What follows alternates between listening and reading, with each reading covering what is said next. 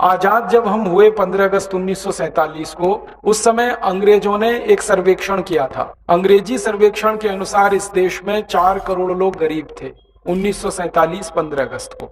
और उस सर्वेक्षण के बारे में उस समय कई भारत के जो अर्थशास्त्री थे उन्होंने ये कहा था कि अंग्रेजों ने ये संख्या जानबूझ के कम दिखाई है ताकि सारी दुनिया में अंग्रेजों की बदनामी ना हो कि इतने गरीब भारत में आपने पैदा कर दिए। पंडित जवाहरलाल नेहरू ने उसको संशोधित कराया। जब वो प्रधानमंत्री हो गए तो उन्होंने एक कमीशन बनाया और कहा कि गरीबों की सही स्थिति बताओ। तो 1952 में जब पहली पंचवार्षिक योजना बनी इस देश में और लागू हुई, तब नेहरू जी ने कहा कि इस देश में वास्तविक गरीबों की संख्या 16 करोड़ है। अब 16 करोड़ की जनसंख्या 84 करोड़ हो चुकी है। और 5 वर्ष की योजनाएं जो लागू हुई हैं गरीबों के लिए वो अलग हैं। ये जो हैरान करने वाली बात है वो ये कि 1952 में हमने गरीबों को मदद करने के लिए एक योजना बनाई थी जिसका नाम है प्रथम पंचवार्षिक योजना, और उसका मूल उद्देश्य था गरीबी दूर करना, मुख्य उद्देश्य था। और नेहरू जी ये कहा करते थे संसद में कि एक पंचवार्षिक योजना लागू हो गई,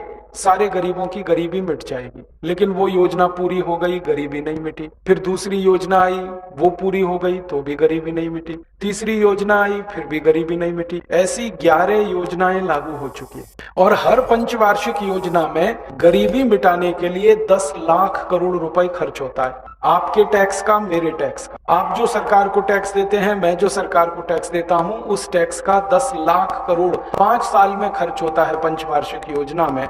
तो एक योजना का 10 लाख करोड़, तो 110 लाख करोड़ रुपए खर्च हो चुका है। और गरीबी है कि बढ़ती ही जा रही है। एक दिन मैंने हिसाब निकाला कि अगर हमने 11 पंचवार्षिक योजनाएं नहीं बनाई होती थोड़ी देर के लिए और 110 लाख करोड़ रुपए सीधे गरीबों में बांट दिया होता, तो हर गरीब को 1.5 लाख रुपए मिल गया होता। 110 लाख करोड़ रुपए सरकार ने खर्च किया योजनाओं पर, लेकिन गरीबी बढ़ती ही गई, कम नहीं हुई। माने 110 लाख करोड़ रुपए बहुत बड़ी रकम होती है, सामान्य बात नहीं है।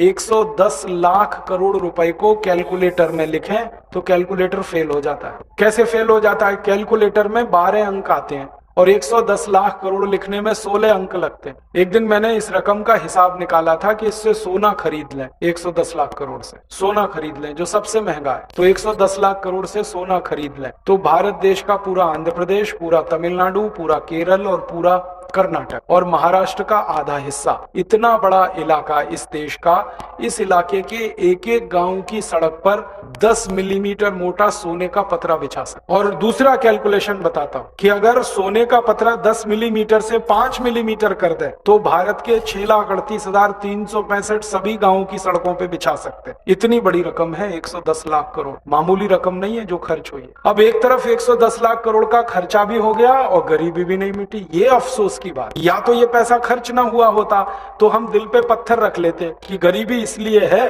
कि हमारे पास पैसे ही नहीं खर्च करने को। लेकिन एक तरफ हमने 110 लाख करोड़ खर्च भी करा दिया और गरीबी भी नहीं मिटी देश की। और उससे भी ज्यादा तकलीफ इस बात को सोच सोच कर होती है कि ये 110 लाख करोड़ आपने दिया था, मैंने दिया था, खून पसीने की कमाई से टैक्स के रूप में, वो खर्च हो चुका है और गरीबी बढ़ती ही जा रही है।